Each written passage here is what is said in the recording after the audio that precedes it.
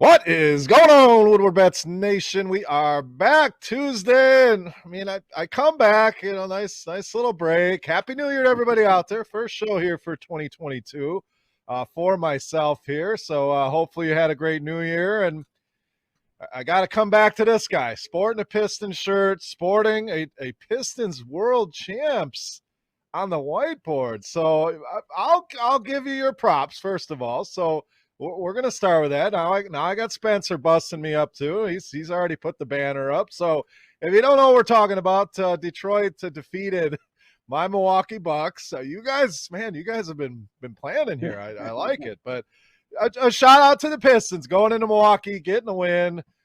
There was a point in that game, Scott. It was about the start of the fourth quarter. I'm looking at the live odds. If you don't know about live betting, it can be a lot of fun, especially in the NBA. The numbers just constantly changing. And, I'm seeing my Bucks down. I think it was, 97-90. Like, we're going to win. I was getting plus odds on it. Like, for sure, fire away on that thing. And never happened. So, big win from the Pistons. Saddiq Bey, monster game for him, 34 points. In that one, Cade Cunningham back in the lineup. So, Scott, I'll let you gloat a little bit here. Never in a long time. I think it's been the last 16 games that we've matched up. The Bucks have come out on top. So, the rule is a blind squirrel finds a nut every once in a while. So, you found your nut. Congratulations. Yeah, hey, we got to poke our fun when we can here. We don't get too many of those opportunities. Obviously, we haven't won, and it took us 16 tries to get one, but. Yeah, I think these young Pistons, I was looking here, when they have a few days off, they're pretty tough against these teams when they're getting double-digit spreads, actually. Looking into that here earlier today. But, I got to give it to him. I was pretty excited for the young Cade Cunningham there when he hit that triple at the end. Obviously, I got some bets there on him to be Rookie of the Year. So to see him shine in situations like that was really good. At least we got some sort of a resemblance of a normal Piston team and not the G League team. So good to see them guys get out there and get the W. Like we've talked about with the Lions, I think the Pistons are doing it right. You can see there's a lot of young talent on this team. It's putting it all together. It's mixing in some veterans. It takes time, and I think if you take the long view and let these be the little things that get you excited along the way, a win like that shows you what they can do. The Lions, little wins here and there, staying competitive. That's what you want to see. They're not going to go overnight from a top 2 draft pick to a playoff team. It takes a couple years. You take your lumps. You learn how to win is the biggest hurdle. So, wins like that certainly are going to go a long way down the road for this Pistons team. So, a very impressive win, no doubt. So, I'll give it up to you. We'll have a shot at a rematch here. Sunday, my Packers in town. I don't know how this thing's going to play out. Are they going to play their starters or not? But good news. That's what we're going to cover here on today's show. We're going to go in depth, kind of on this week 18. First time ever we get a week 18 in the NFL. We're going to kind of go through, see what teams are motivated. Most season-long leagues should be over. If you're playing a championship in week 18, tell your commissioner, first of all, you should probably be fired. You don't run a very good league. Second of all, this season should be over, but we do still have DFS, so we're still going to cover the slate. We'll do that tomorrow on the show, top to bottom. But today, Scott, just looking at some of the motivations, who's still in the race, who's still alive for divisional titles, who's still alive for playoff races. Excited to kind of dig into that here on the show today. Yeah, that's a big thing here at this time of year. What teams have motivation to get out there and get after it?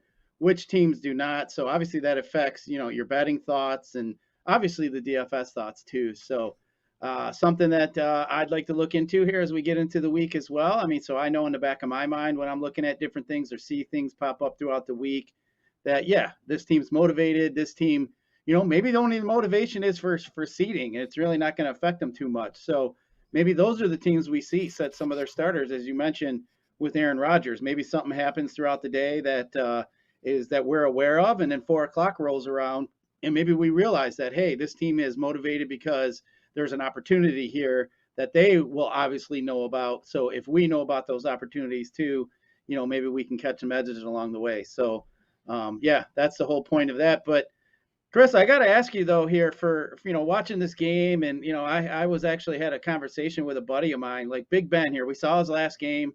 last night. Heinz Field is such a tough place to play here for on Monday Night Football. I mean, they've been amazing. But I mean, where do we look at Big Ben as far as this generation of quarterbacks we had here? We know we got the Peyton Mannings, we got the Tom Brady's, we got the Drew Breeses. I mean, to me, Big Ben's a first ballot Hall of Fame quarterback. Is he one of the more underrated first ballot Hall of Fame quarterbacks, or is it just because maybe the tail end of his career here hasn't been as good as the early part of his career? But I mean, these guys have had winning seasons every year here in Mike Tomlin's tenure here. I mean, it's like 15 seasons in a row. It's unbelievable. So to me, I mean, I think this guy here is, is he better than Drew Brees? And then the question is, if we were in Pittsburgh, is he better than Terry Bradshaw? I mean, is he the best Steeler quarterback? So, I think that's a pretty good debate. Yeah, I mean, good thing our show's not in Pittsburgh. You're going to stir some people up with that question, Ben against Terry Bradshaw. But I certainly think he belongs. I think the problem is twofold. One you just nailed is that the last couple of years has not been great to Big Ben. I mean, still serviceable, still can get the job done. As you said, they have never had a losing season with him as the quarterback through all of the ups, the downs, the injuries, the turmoil. They've found a way to get it done. So that's somewhat of a credit to him. Obviously, Mike Tomlin, the team itself deserve a lot of that credit as well. The other problem is the competition, like you mentioned. I mean, he's going against, the Tom Brady's, the Drew Breeses of the world. Who's better? I mean, Brees has the numbers behind him. I think that is something a lot of Hall of Fame voters will certainly look at. So where he belongs in that hierarchy, I mean, you throw a Phillip Rivers in this conversation, Eli Manning, I believe all three of those guys came out of the same draft class. So you start to kind of compare them.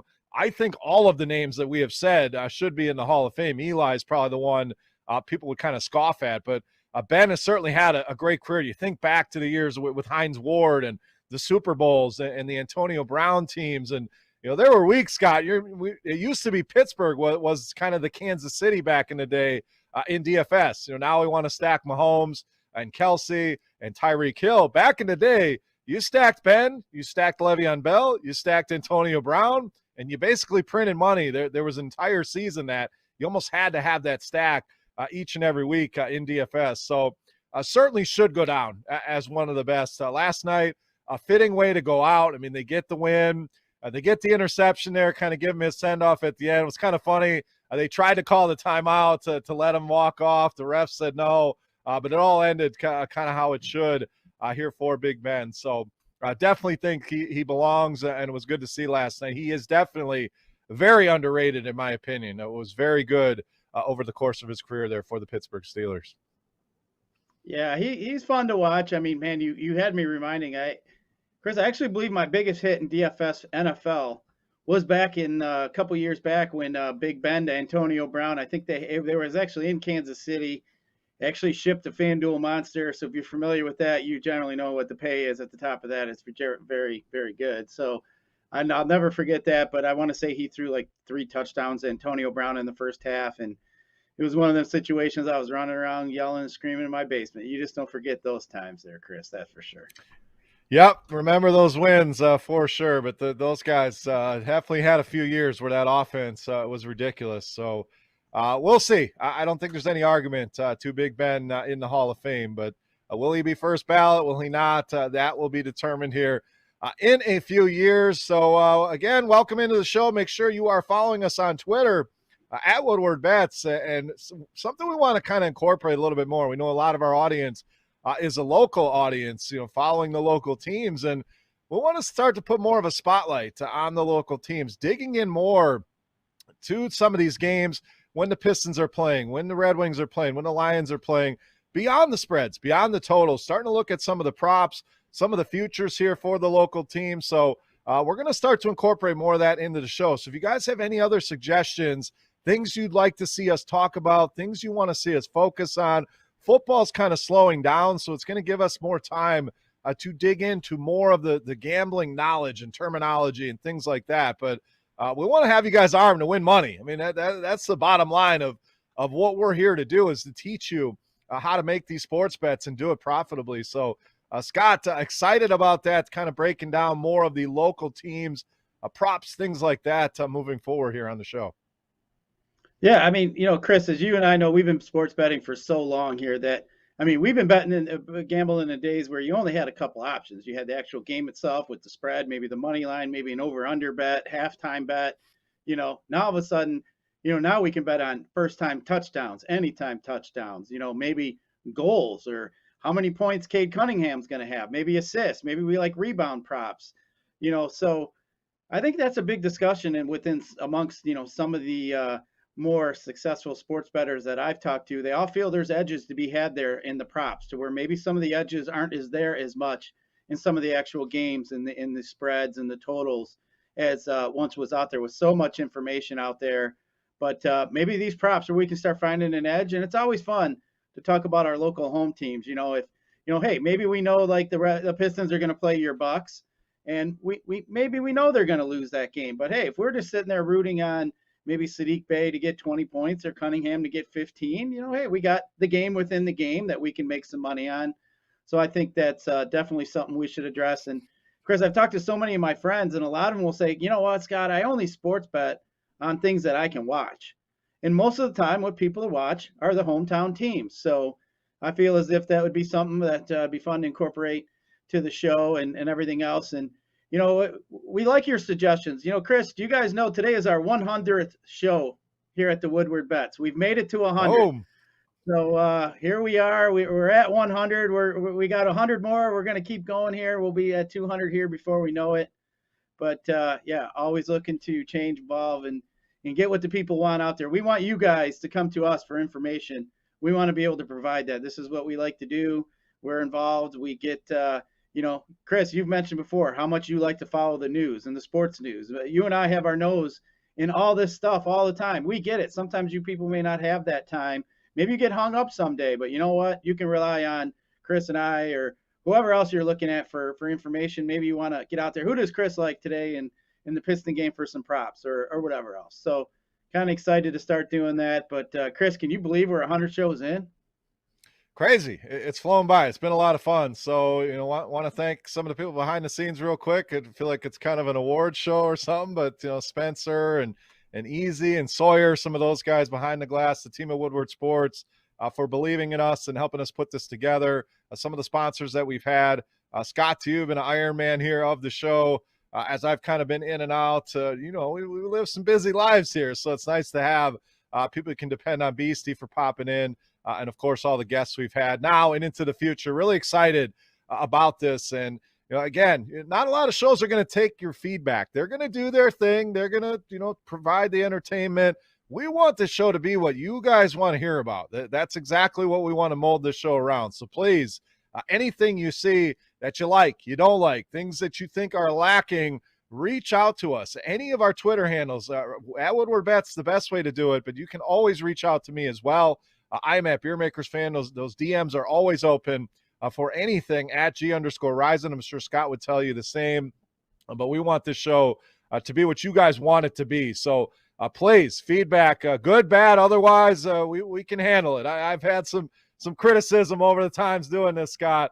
I can certainly handle it. I want it to be the best show we can possibly put together. So please feel free to reach out, any of us on Twitter, again, at Woodward Bets. So let's talk some NBA here, Scott. Actually, anything else in that game last night? It was just kind of, let's talk Baker Mayfield real quick before we talk some NBA. I mean, my goodness, does this guy look bad? I mean, I saw somebody on Twitter said, I hope he signed a long-term deal with Progressive doing those commercials, because I don't know that quarterbacking is going to be his thing. They've already announced him out for Week 18, so it looks like we'll see Case Keenum there for the Cleveland Browns. We know they're already eliminated from playoff contention, but man, did he look bad last night. Yeah, I'll tell you what, I got caught in some rabbit holes there with some, Baker Mayfield Cleveland Twitter talk, which was kind of entertaining, to be honest with you. And they were basically saying how he's so selfish. He should have got the surgery in week 4 or whatever the week he got hurt, and that Case Keenum probably could have at least got him to a playoff. But yeah, Baker, he just looks like he just doesn't have any confidence. And I mean, his arm strength seems to be gone. It just seems like to me he's just a lost puppy dog. And I think too it becomes a thing, especially in football. I think the line around him, Chris, has kind of lost confidence in him. And I think when the players around you have lost confidence, It just makes it that much tougher for you. I just think it's a bad situation over there. And I mean, I heard people saying they'd rather have Jared Goff than Baker Mayfield, and kind of laughed too, saying, the best thing he's done on field has been them commercials over there in Cleveland. He hasn't surely done anything on the football field. But yeah, kind of crazy. But one other thing I was going to bring up, Chris, did you see that thing with Jalen Hurts when he was walking off the field? Yes. And that barrier collapsed and all them fans like fell right at his feet. I mean, yeah, damn, man, that could have really been a bad situation that, looking at now, we can kind of chuckle about. But I think that was pretty good to see the youngster Jalen Hurts kind of respond as he did, stood there with all the fans, took pictures and all that fun stuff. So I thought that was pretty cool, to see. And, we made fun of Antonio Brown a little bit yesterday, Chris, on the show yesterday. I mean, that was kind of crazy too with that. We played the Take This Job and Shove It song to Antonio Brown taking off his pads yesterday, which I thought was pretty funny. But yeah, what a crazy situation that is. And then to find out they haven't even really released him yet. So I'm sure there's some legal issues and stuff there they're trying to work out. But do you think he plays again, Chris? You think Braylon Edwards today, our own Braylon, said he thinks he's going to be on a team for the playoffs. I don't see. I mean, this was like the perfect situation for him to go into, is to go to Tampa, a team that has a winning culture. Tom Brady basically taking him under his wing, moving him into his house. Like, what other teams out there are going to take all of those steps necessary? I'm not doubting the talent of Antonio Brown. I think talent-wise, he can still play. We see that. He's still very much one of the best receivers in the NFL. But if I'm a team, eyes on the prize, let's just say Green Bay, sure, the thought of adding him to that team is very much entertaining. Like, imagine trying to cover Devontae Adams, Antonio Brown. I get all that. But it's the behind-the-scenes stuff, all of the other stuff. When you're trying to win a championship, you need to be laser-focused. Any kind of bumps in the road can derail that dream, can derail that vision, can derail that chance at a championship. Scott, I don't know if there's any other teams out there that are willing to play with him. I respect the hell out of Braylon Edwards and his opinion, but I'm going to disagree on this one. I just don't know that there's a team not named Tampa Bay. Maybe they mend fences and he ends up back there, but what other teams out there would be willing to take a shot on this guy that are in playoff contention? I just don't see somebody taking that risk right now. Yeah, I mean, it definitely is a reach, definitely a risk, I think. Maybe a team like Tennessee, they had somebody with A.J. Brown. We know they're going to get Derrick Henry back. Now all of a sudden you have a offense with Henry and Brown coming in with A.J. Brown. I mean, I think that is something that could be a reckon with. But, yeah, we'll see. Maybe an NFL team does decide to take a quick chance. Sean McVay, yeah, we know he's crazy enough to take a chance on him. That's for dang sure. Oh, man, could you imagine OBJ and Antonio Brown? That's like mixing. Oh, man, Oof. that's like that's a lot. That's just a blow-up waiting. That's a blow-up waiting to happen. But, hey, if you tell the guy, look, it's only for the remainder of the playoffs, we're going to go with you with a playoff run if that's the case, and they can add him, great. But, yeah, I feel bad for him in a sense. The one thing I will say, as I mentioned yesterday, none of his teammates have come out and lambasted him and slammed him. I mean, you would think it would be so easy for them just to pick on him, say he's a jerk, he's not a team guy. You don't see any of these players happening. So I think there's a lot more to what's going on that we even probably know about. But, man, the NFL doesn't look good, and neither does Bruce Arians, if it's true that he didn't want to go in because he was hurt, and he plays the sympathy card here, and the NFL is going to start wondering about, hey, guys going in when they didn't want to, and then a player says, I went in with a concussion, and, see, they made Antonio play with a hurt ankle. I just think they're opening up a can of worms here that they don't want some of the gruesome behind-the-scenes things to be out in the public. That, yes, there's times where coaches are demanding players to get your ass out there because they don't have anything else. And if you can walk, you get out there and play. So I think, there's obviously situations like that. It's not anything people want to hear, especially in these days where everybody's so sympathetic and wanting to cancel everything. And I just think that's something that they don't want to hear. But interesting dynamic there in that whole thing there. If he was really cut in the middle of the game, if I'm Antonio Brown and they told me that, you know what, Chris, if I was pissed off enough and I had money like Antonio Brown, I might have done the same damn thing. Just took my stuff off and said, I'm out. See ya. Give me a cab. It was quite the exit. Like I've been watching sports a long time. Never seen it. Who was the guy?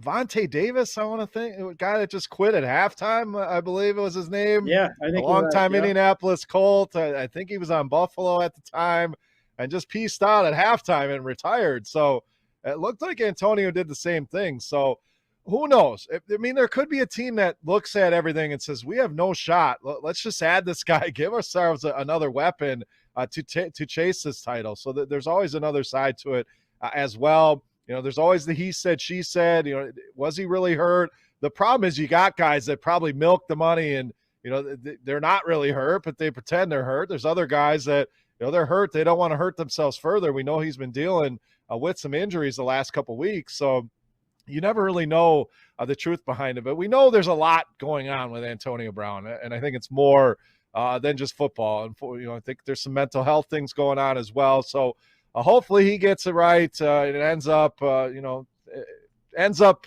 a good story. It's too many times, Scott, we see these things end badly or tragically. So hopefully if he does need help, he finds the help he needs. He was at the game last night sitting courtside in Nets and Grizzlies. So he's back out there doing his thing. But we'll see if anyone's going to take a shot on Antonio Brown. As far as the gate falling over, I've heard that stadium is just a nightmare. This Washington team, we know the whole Dan Snyder debacle going on. So they came out yesterday. They're going to announce their new name, logo, I believe next month. So sounds like the football team going to be retired finally. But yeah, that could have been a lot worse. So some of those guys like flying off of the stands though. And you're right. Jalen Hurts, you know, he was there shaking everybody's hand, taking pictures, and, you know, he could have easily just kind of ran away. So shows the character there, but that could have been a lot worse for sure. If he, you know, who knows? If he was walking on the other side of that tunnel, that thing comes down on him, all in people. Right. That could have been ugly. So quite a crazy week. So hopefully you guys had a successful week 17. I know fantasy championships were decided here. I know I won a few, Scott. Hopefully you got some in the bag as well. And if our listeners want any, let us know. We'll spread the word here on your championship leagues and things like that. So Scott, how did your fantasy seasons end up? You know, it wasn't as great as I would have wanted to. I did get across the finish line, and one was a smaller one that I got in, you know, online ones that I was using for practicing. But the big one I had, I did not end up finishing as I would have wanted to. All the injuries and everything else, it was just so tough. I did get in there, but, you know, we always talked about getting in there. I mean, if you're a Rashad Penny owner here and you picked him up in the last 3 weeks and you did make the playoffs, congratulations. I think you probably fared pretty well, especially here this last week here. So, you know, this goes to show you, again, keep your ear to the ground here. And next year, Chris, though, you know, I mean, maybe we'll look at a little exercise here before it goes on. Like if we were to put all the players in this year and draft again next for this past season, you know, who would we have first? And I would highly doubt many of them guys in the first round would even sniff the first few rounds. I mean, it just goes to show you the variance in what we're dealing with every year. But yeah, good season. It was fun. I'm glad to put it over. We've been joking in our league. We need to put an asterisk on the trophy for all the COVID issues. But yeah, obviously that's not going to happen. But hey, glad we got through another season though, Chris. It's been, you know, we're up, me and you played over 20-some years, 20-some seasons. So it's always fun to get in there and this time of the year. And it's like the Christmas presents are finally being all unwrapped. You get to see whether, you know, how it finished out, you know, what some of your thought processes were at the beginning and if any of them played out. Like, you know, I took a big chance in the beginning in ours. You know, I drafted Mixon ahead of some guys that people thought I shouldn't have. And here as the season winded out, it actually ended up being a pretty good pick. So, yeah, it's always fun to get in there. Well, as next year gets to get together, Chris, we'll, you know, get some rankings out there and get to talk about the different things. But we got the NFL playoffs. So there's a lot of different NFL playoff pools that you can get into, which, you know, best ball kind of things and stuff like that, which I'm sure you and I will get to talk about here as we move forward. Yeah, a lot of great playoff contests. You mentioned best ball, underdog. I mean, there's a lot of places. DraftKings will have stuff. FFPC is a company I always do their playoff competition. Basically, you set your team before the playoffs start, and that's your team. That one you can only use one player from every team. So there's a million different ways to do it. We'll cover as many of those million different ways here on the show. Get you guys all set up once we have that playoff bracket finalized. So we'll get into some of that here momentarily. Want to touch on the NBA here, Scott. Super quick, 5 games on the docket tonight. Just give some quick thoughts in DFS. We'll, of course, have some best bets in the NBA at the end of the show. But quick injury report here, things we know as of now. No Malcolm Brogdon tonight for the Indiana Pacers. So we'll have some backup minutes available for some of those guys there. No DeJounte Murray once again for San Antonio. So Trey Jones will be back in that starting lineup. Anthony Davis remains out. For the Lakers, no DeAndre Ayton once again for Phoenix. So we get JaVale McGee if he's back. Jalen Smith getting some more minutes. We may get the return of Darius Garland here tonight. So we'll keep an eye on that with Cleveland.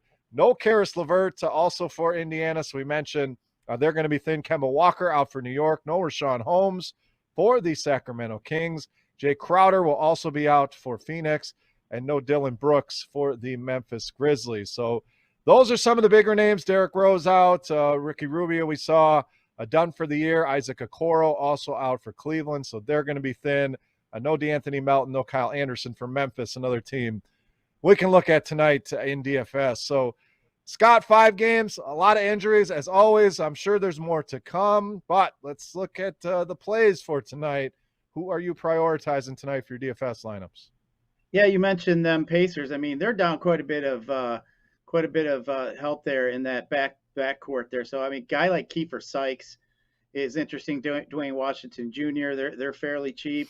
I mean, we saw this last game was the same kind of situation, and Carlisle just basically stuck to a pretty tight rotation still. So I mean, these guys are getting all over 30+ minutes at the pricing that they're at. I mean, those guys are almost pretty much no-brainers. And then this is probably a spot here you just jam in LeBron. LeBron's been pretty good here recently. The guy I love to hate, but as far as stat-wise, DFS-wise, he's definitely a guy you might want to look at. Another one, Russell Westbrook, maybe Chris Paul you want to jam in.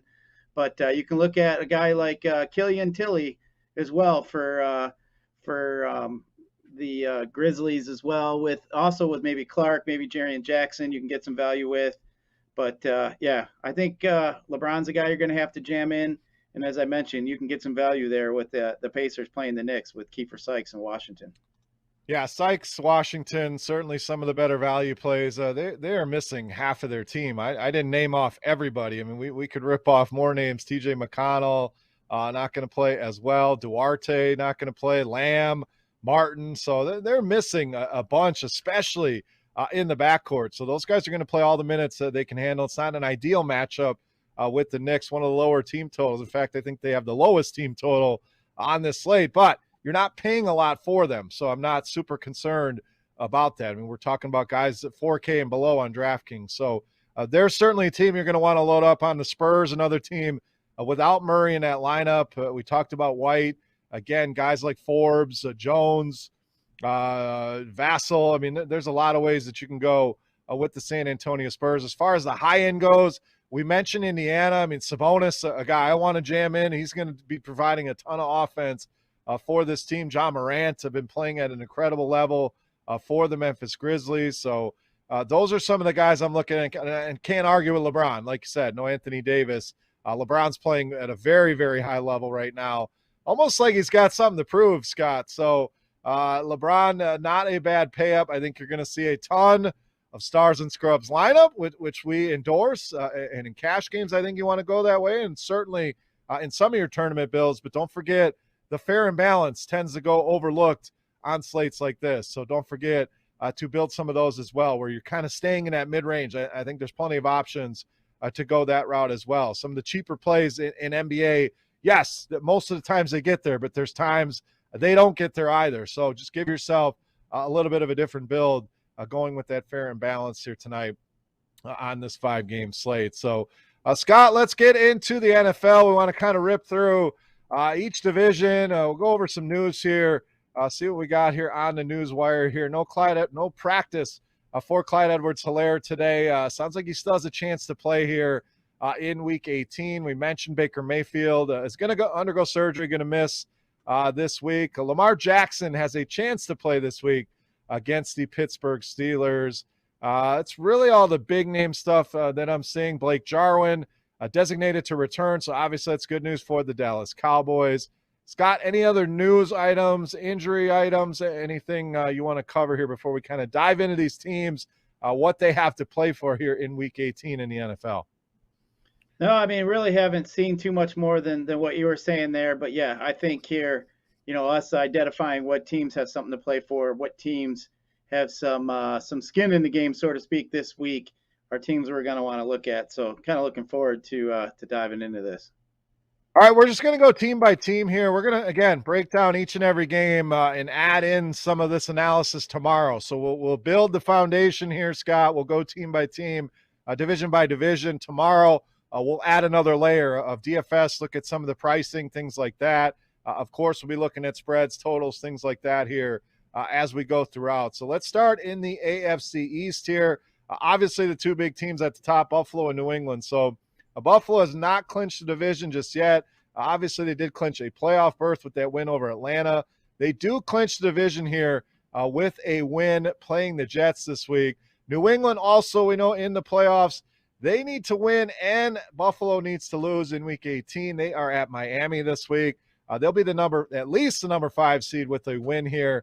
And they can clinch home field in the AFC with a win and losses by Buffalo, Tennessee, and Kansas City. So a very outside shot of the New England winning this division is not much of an outside shot, but being the number 1 seed or clinching that home field, I should say, they're going to need some help here, Scott. So Buffalo, I think, wins this division. I can't see them losing at home to the Jets here this week, but we also saw the Jets compete with Tampa Bay. So maybe it's not as much of a gimme as we thought. New England going to need a lot of help, but we know they have locked in a playoff berth. Yeah, I mean, that's good to know there. I mean, obviously, New England probably isn't all that dumb either. They probably understand Buffalo should have their way with the Jets too. So is this a spot here where maybe New England only plays their starters maybe half of the game? Maybe they feel as if they only need to run out there for a few quarters, maybe even a series or a drive. We already know they're going to be the 5 seed. They would need a lot to happen, especially with Buffalo loss. So as far as I see in this division here, there really isn't too much, in my opinion, of any kind of opportunity unless the Bills lose to the Jets, which, we would already guess that spread's going to be pretty high, and the chances of that happening are probably all not that good. So it looks like there may not be too much change there, but Buffalo just needs to get it done. And the NFL's done a good job. And this is, I want to say, over the last year or two where they put these teams that there is no scoreboard watching. There isn't Buffalo plays at 1. Okay, they won. Now New England can sit everybody. Like, these two teams both play at 4:25. And the NFL has always grouped these teams that have something to play for and other teams that have something to play for that could affect them. They've done a good job of grouping them together so that we see that once again here in Week 18. Both of those games kicking off at 4:25. So something to keep in mind for sure with both of those teams is they could get out to a lead and sit some of these guys. So we'll continue to kind of analyze that as we get closer to Sunday. So the other two teams in the division, we know Miami was eliminated from the playoffs after that loss in Tennessee. They don't have their first-round pick. That's going to go to Philadelphia here in that draft. The Jets also eliminated. Looks like they are in line for the number 4 overall pick in the draft. Let's move on, Scott. Next division, the AFC North. Cincinnati clinched the AFC North. Big win there against Kansas City. It looked like an entertaining game. Some big numbers put up by Joe Burrow, Jamar Chase once again. So this team playing well. It looks like they are the number 3 seed right now. Better conference record than Buffalo.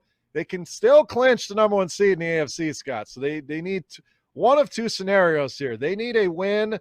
Losses by Tennessee, Kansas City, and New England, so very highly unlikely.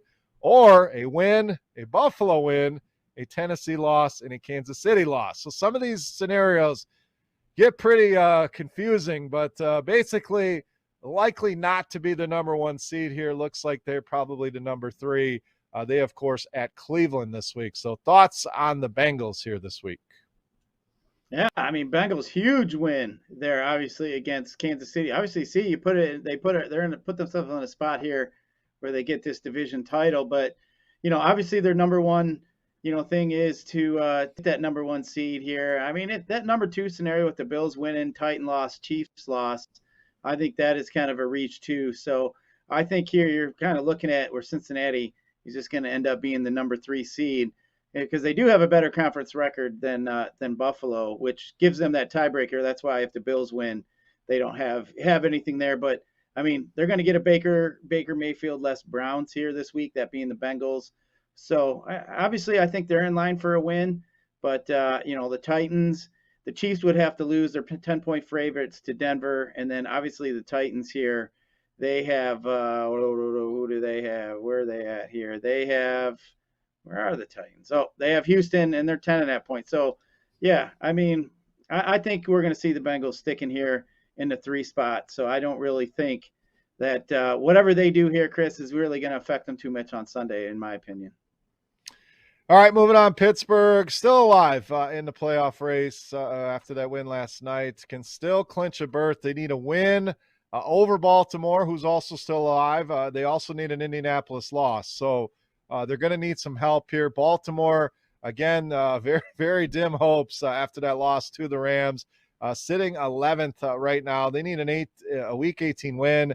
A lot of help. So they need a win, and they need losses by Indy, Cleveland, Chargers, and Miami. So going to be tough to for them to make the playoffs here, but could spoil it here for their division rival, the Pittsburgh Steelers and Ben Roethlisberger.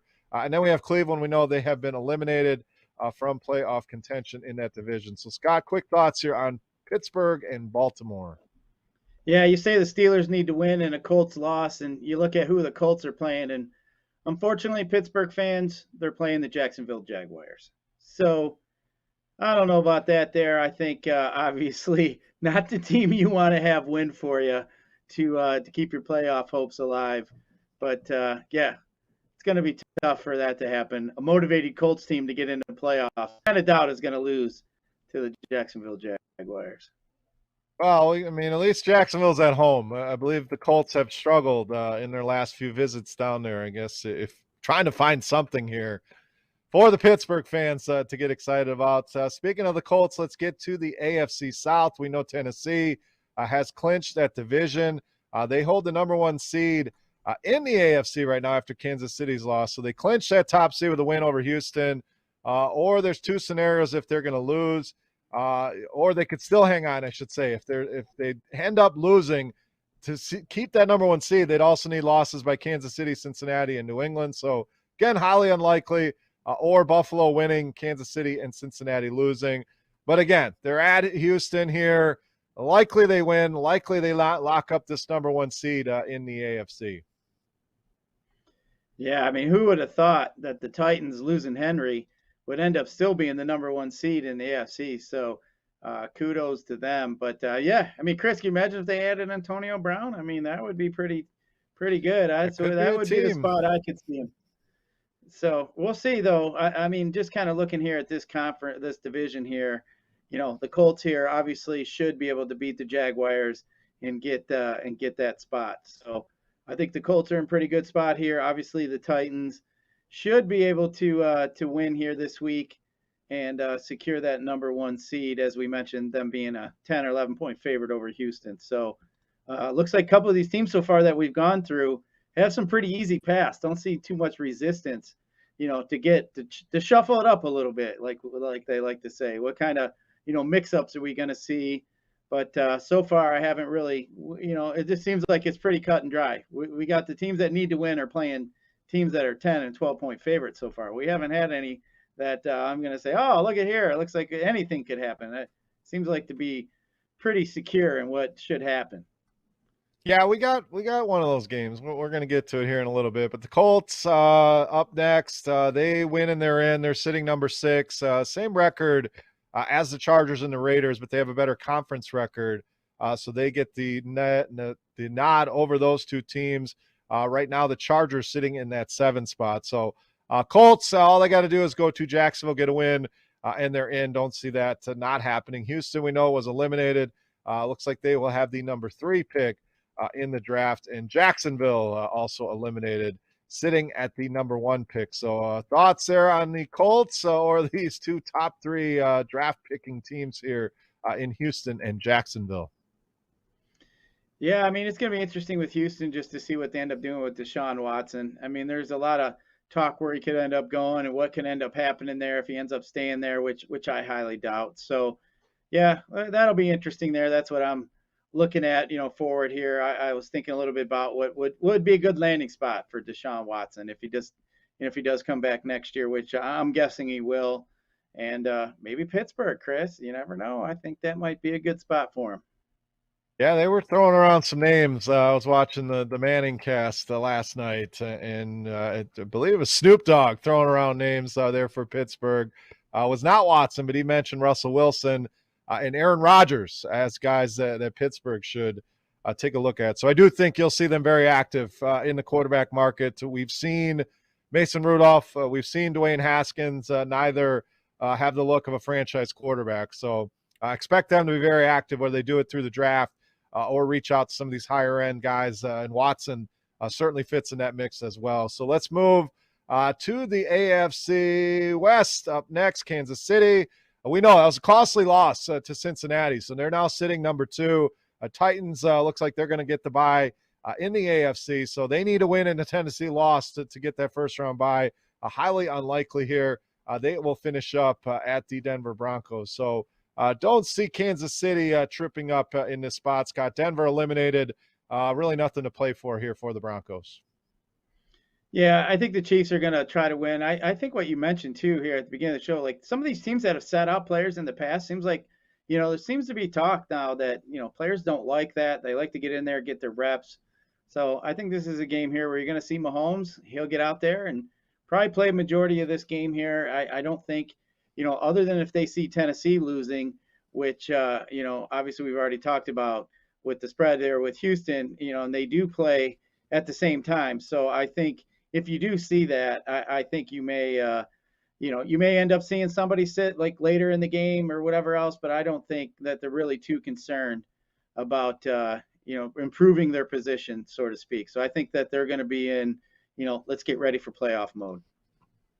All right, probably the game of the week as far as playoff implications go. You mentioned most of these teams playing cupcakes. We have a matchup here between the Chargers and the Raiders this week that's going to decide a lot. The Chargers currently sit at the number 7 spot. We talked about the tiebreakers with the Colts, but they are in with a win against the Raiders. The Raiders as well, they can clinch a playoff berth with one of the following scenarios. They win, they're in. There's also ways that if the Colts lose and the Steelers lose, they can get in. But this is basically a win and you're in game, Scott. So we're going to break this game down more as we get closer to Sunday. Again, tomorrow we'll break all of these games down from a betting and DFS perspective. But always love when we get these basic win and you're in type games. It's an early playoff game here between the Chargers and the Raiders this week. Yeah, that should be a good one. I mean, we got a franchise in the Chargers, obviously the young, good quarterback. And then Chris, I believe I heard yesterday that the Raiders had another DUI incident with a player. They did. I mean, yep. I mean, this here is just not going well here in Las Vegas, maybe with all the temptations and everything around the city.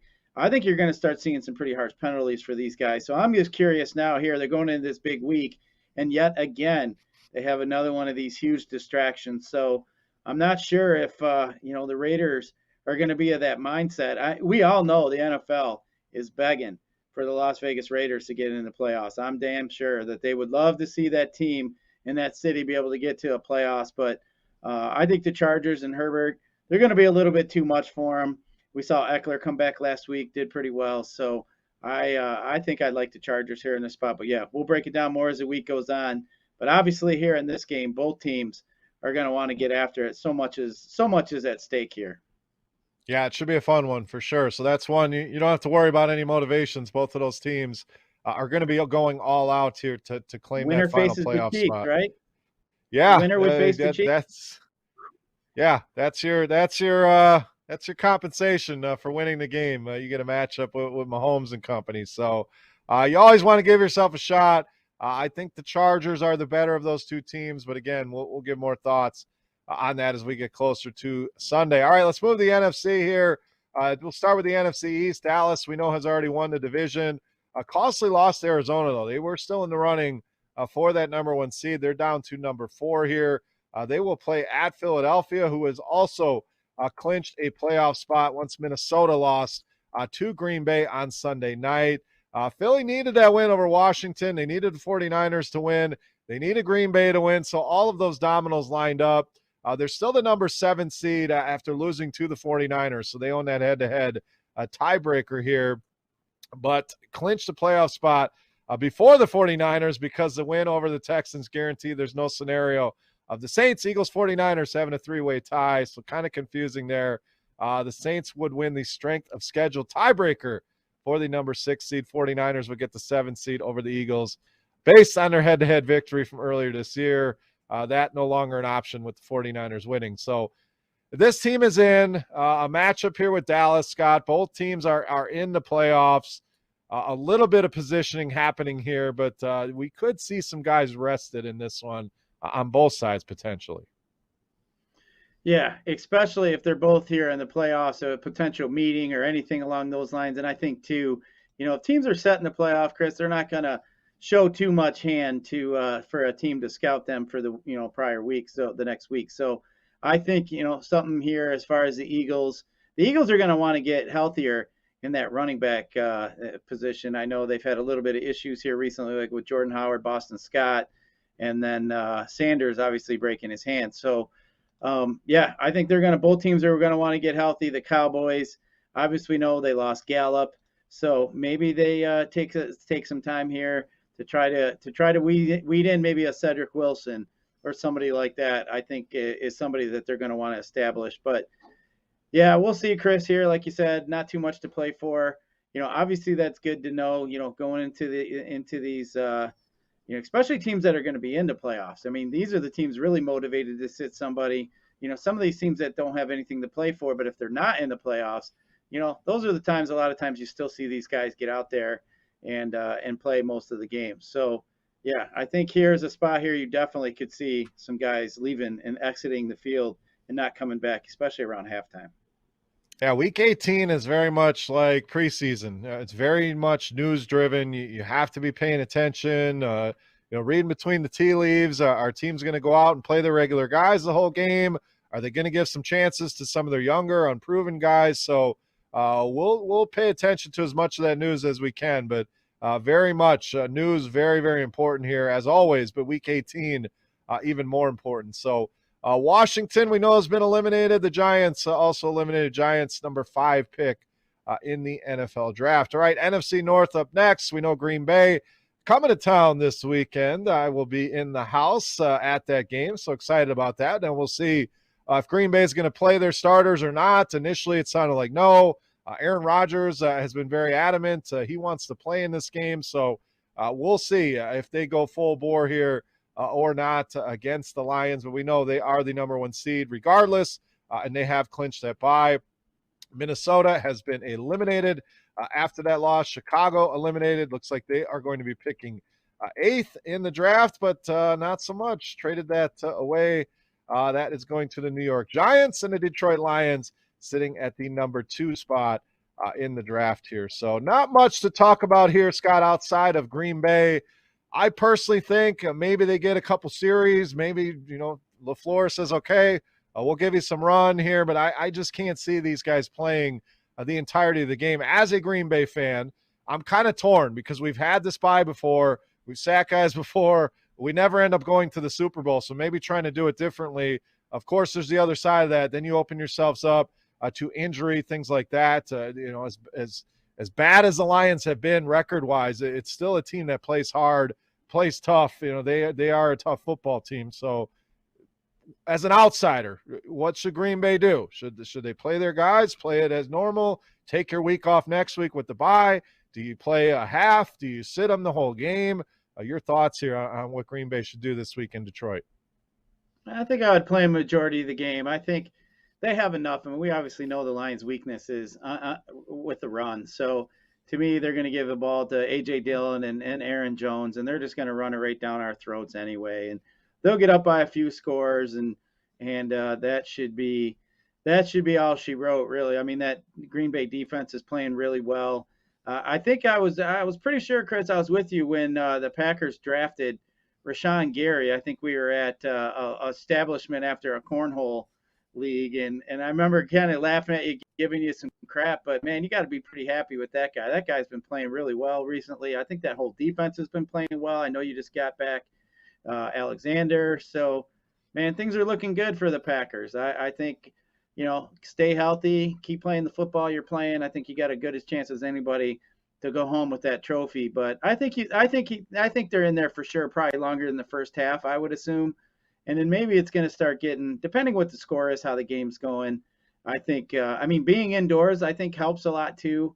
If they were outside in the cold in Green Bay, I think they just might be quicker to say, you know what, I'm going to go over there, put my coat on, and sit by the heater, and I'll sit the rest of this one out, because we know it hurts a little bit more to get hit when it's cold. So I think when playing indoors in that type of environment, I think you might see them stick it out a little longer.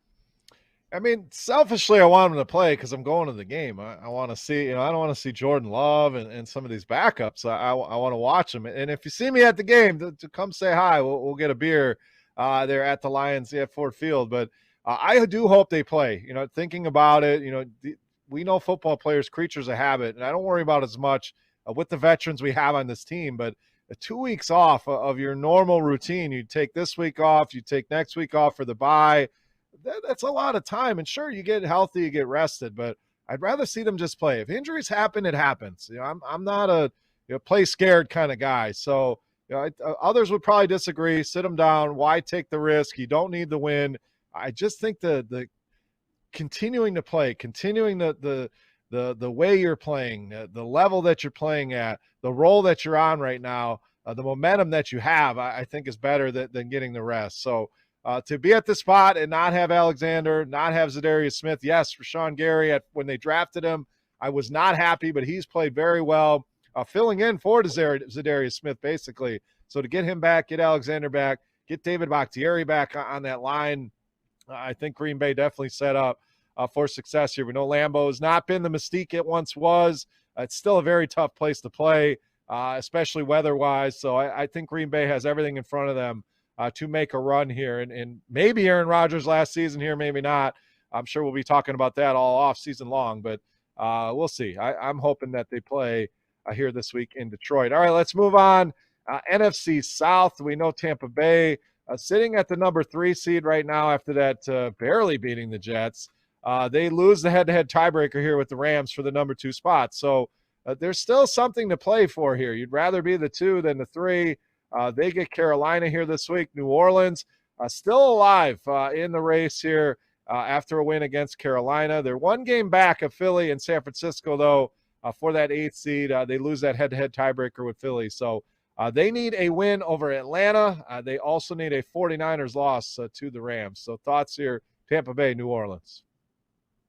I mean, now that scenario seems to have a better chance of happening than some of the ones obviously we've seen earlier that we were discussing. So yeah, I think the Saints here, obviously that's going to be a pretty big game. The 49ers and the Rams. Now, are the Rams, how motivated are they going to be to get after it here? But seeing that the Saints can clinch, obviously with the Falcons struggles, I think the Saints should be able to handle the Falcons quite easily.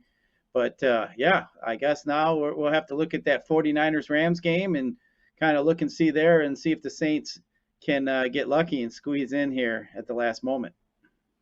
Yeah, I think the Rams, they want to win that division. If I'm the Rams, I want to be that 2 seed. I want Tom Brady having to come to my house rather than going to Tampa Bay. So I think there's certainly a lot of motivation there. Atlanta, we know, has been eliminated, and Carolina also eliminated. Carolina will pick 6 currently in the NFL draft. All right, last division here. We got the NFC West that we just talked about. The Rams, they win the NFC West with a win over San Francisco or an Arizona loss to Seattle. Sitting in that 2 seed, again, they hold that head-to-head tiebreaker with the 49ers. Arizona wins the NFC West with a win and a Rams loss. Again, they play Seattle. Arizona can't be any lower than the 5 seed in the playoffs. So let's start with those 2, Rams and Cardinals. Yeah, obviously the Rams, like you mentioned, they're going to want to play out there on the West Coast and then instead of playing down there in Florida. So they need to currently hold that number 2 seed in there, just so obviously they had the tiebreakers over the Bucs, as you mentioned. So I think the Rams are going to be motivated to beat San Francisco here. So obviously, looks like could have a pretty good shot to get in. The Rams obviously want to stay up where they are to continue to stay in that 2 seed, and then the Cardinals here. If they can come back and win the NFC West here with the Rams loss, which it could happen. San Francisco, I think all the teams here in this division are pretty good. So you never know. I think it does have an opportunity to happen, but yeah, obviously here this is where all the traffic is happening here as far as this week goes, and where all the scenarios and where all the chips are going to fall obviously matters here in this division with all these different things that could happen in different scenarios playing out. But yeah, so this is the one we're going to have to keep our eye on. It looks like this whole division really is involved this weekend. So obviously with Seattle taking them out, but they do have the Cardinals. And Chris, I think the Cardinals, Seattle, as well as they played here last week, it's going to be maybe Russell Wilson, one of their last games. I think they definitely have the players to beat them. But yeah, definitely we got some interesting games here in this division. Yep, San Francisco up next. We know they can clinch a spot with a win over the Rams here in Week 18, or New Orleans loss, like we mentioned, to Atlanta. They're sitting currently number 6, and they do hold that tiebreaker over Philadelphia. So still a lot to play for here for the 49ers. Seattle, we know, has been eliminated. They would be number 7 in the draft, but that's going to the Jets, courtesy of that Jamal Adams trade. So San Francisco, Scott, last team to really talk about here. Everything to play for. This, like you said, the division that almost everybody has a lot to play for here. So certainly a team we'll be looking at this week in DFS, potentially betting, is the San Francisco 49ers. Yeah, this game started at the Rams -5.5. It's already bumped down to 4. So obviously that opening action has been going San Francisco's way here. So we'll have to see as the week goes on, but definitely some interesting scenarios to play out over there in that division. So we'll have to keep our eye on that. And then obviously, as we talked about too, there really isn't much other movement that really could happen. Some of the other ones are just some far-fetched upsets that need to happen for teams to start moving around. But yeah, looks like all the fun and all the action here will be in this division here. So I'm going to assume most of these games are at the 425 slot too, I would assume. Yeah, they're later in the afternoon. So, this week here, what do we get? 4, 5, 6 games at 425. So yeah, all kinds of football here on Sunday for us to watch. Yeah, it'll be fun for sure. And again, the NFL has set it up very well where they keep these teams together. So never do we see a 6-game afternoon slate. So it'll be fun to have the full slate, a nice sizable afternoon slate as well. Plenty of things to bet on.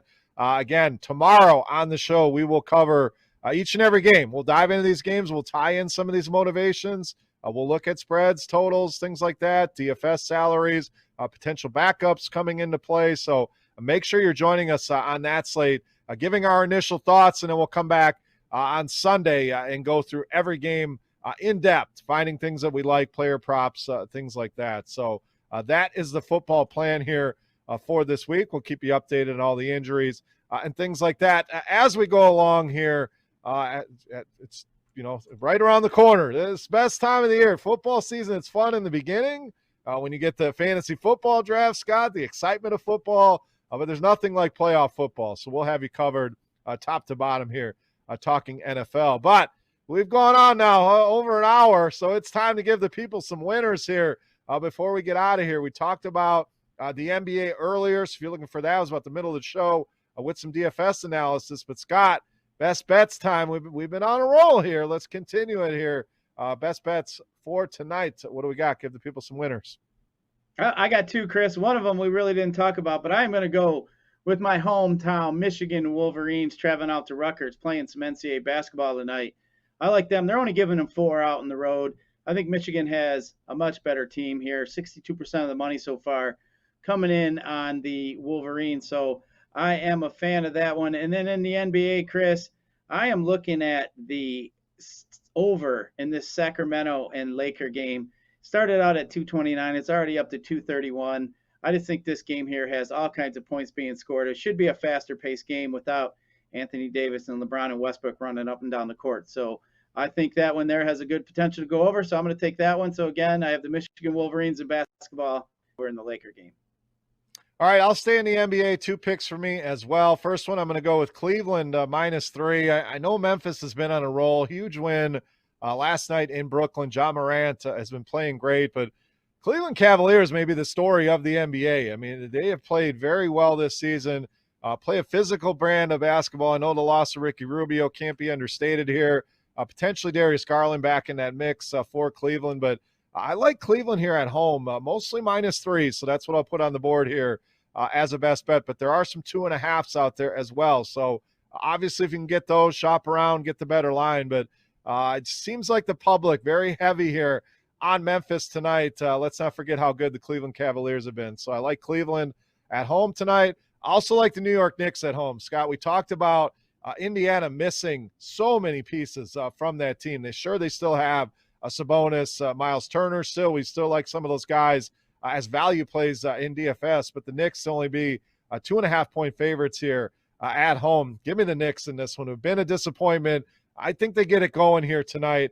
I like New York -2.5. So Knicks -2.5, Cleveland -3. A couple small home favorites for me tonight in the NBA. And that will do it here for our Woodward Bet Show on Tuesday night. Again, make sure you're following us on Twitter at Woodward Bets. Follow the network at Woodward Sports. Make sure you're checking out all the great shows throughout the day here on the network. Keep you up to date and entertained here in the sports world. Scott, final thoughts for the people Tuesday night. What do we got? Man, just excited. 2022's here. Like we mentioned, it's our 100th show today, and we got plenty more to come. We're always looking to improve. So looking forward to get through 2022 and what this year will bring for us here. So we're going to start it off tonight with a few winners. We're going to take it slow. It's a battle every day, Chris, as we know. So we're going to start with today, get us some winners for today, and we're going to move on to tomorrow. That's it. We're here for you every single day, Monday through Sunday, covering the sports world, covering the betting world, covering the fantasy world. Again, if you have anything you'd like to see on the show, please feel free to reach out to either of us or, again, at Woodward Bets on Twitter. So, yeah, we turned 100 here, looking to get to 1,000 here before you know it. So thank you so much. We couldn't do it without you guys out there. We appreciate each and every one of you. Wherever you're listening, feel free to leave a review. Hit that thumbs up button on YouTube, subscribe, whatever it is. All that stuff helps us out in growing this brand. So we appreciate you guys helping us out and spreading the word here about Woodward Bets. Excuse me, getting excited here, talking 100 shows. So that will do it for tonight. Best of luck with your bets. For Scott, for boy Spencer behind the glass, I am Beer. We are Woodward Bets. Thank you so much for watching, and we'll catch you tomorrow.